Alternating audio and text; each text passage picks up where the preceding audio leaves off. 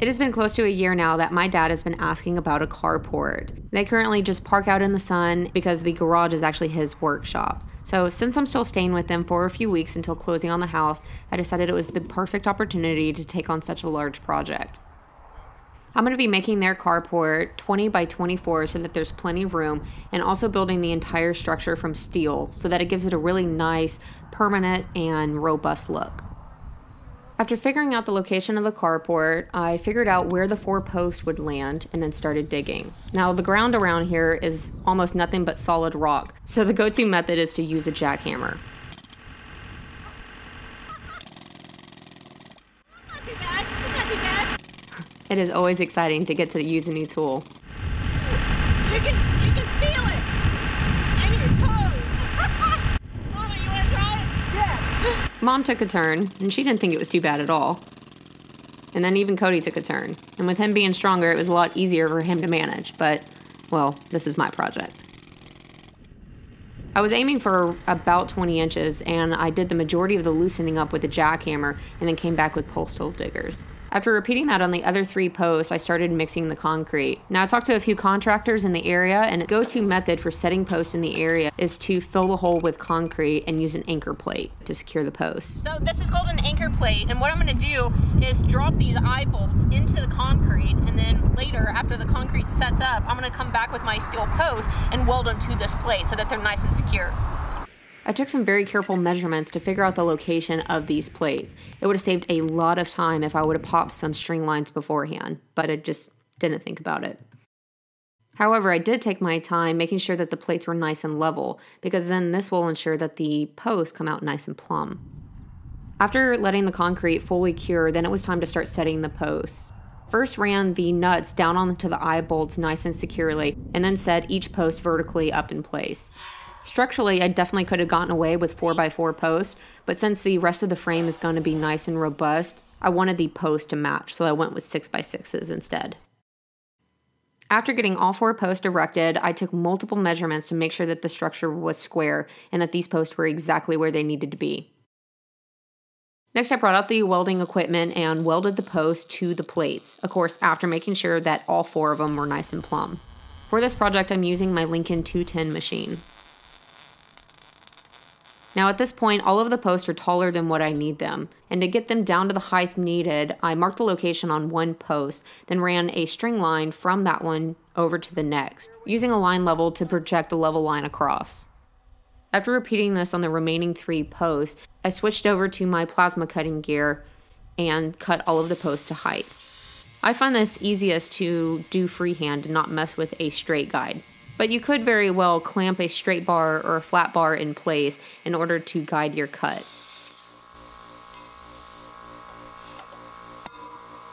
After all 4 were cut, I moved on to attaching the girders.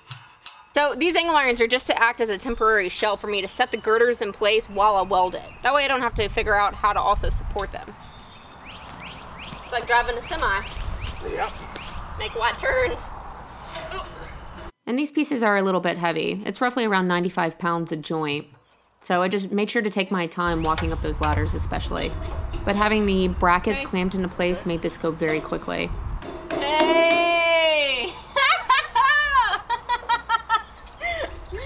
Oh, it's a cool feeling, right? Yeah. Yeah. Yeah. Once the girder was set on the shelf, I would tack it in a few different places and then come back and weld it completely on the front and back. And of course, just repeat it on all 4. Wow. Does it make you happy? Yeah, it makes me happy. It's so cool. I've never done a structure this big, you know? Or anything. On. Come on. For some reason, I didn't get any footage of it, but since the posts are hollow, I cut some caps for them from just some flat material and then welded them on top. Next, I moved on to making the trusses. I'm going with a 3/12 pitch because it will match the house, and I'm using a chop saw to make the cuts. After getting the top cord cut, I tacked it into place and then welded them together. For this, went ahead and rented a man basket, thinking it would make life a little bit easier. Before lifting the truss into the air, though, I clamped a piece of wood on either end where the truss needed to be flushed up to. This way, as Cody lifted it up into the air, I could just climb onto the ladder and move one side of the truss into place and have something to clamp it to. So I clamped the right side, then ran over to the left and also clamped it. And there was a lot of going up and down the ladders on this step. Once I had both sides temporarily secured, I moved the ladder to the middle in order to check the left and right orientation. This is where a plumb bob would come in handy, but didn't have one, so I made do.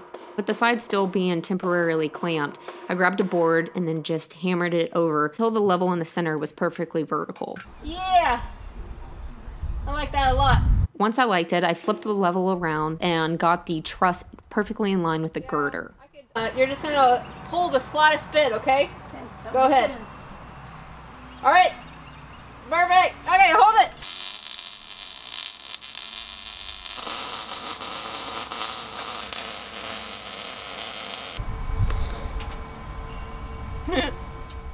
In order to give the trusses some stability from wanting to rock forward and backward, I went over to my flat piece of metal and cut some gussets to weld on. I went ahead and cut 2 gussets per post, and then welded these to the back side of the truss and to the top side of the post.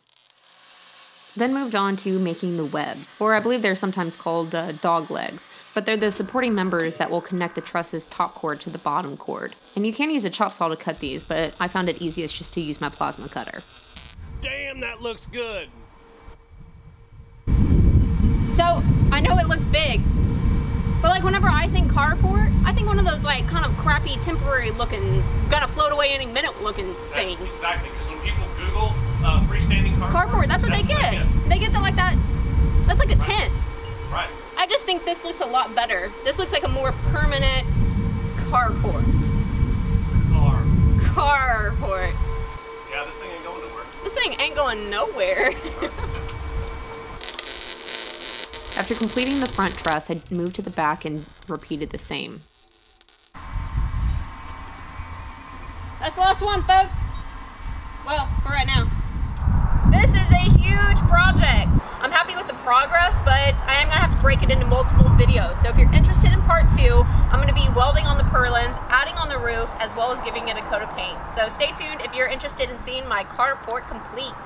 I will see you then, guys.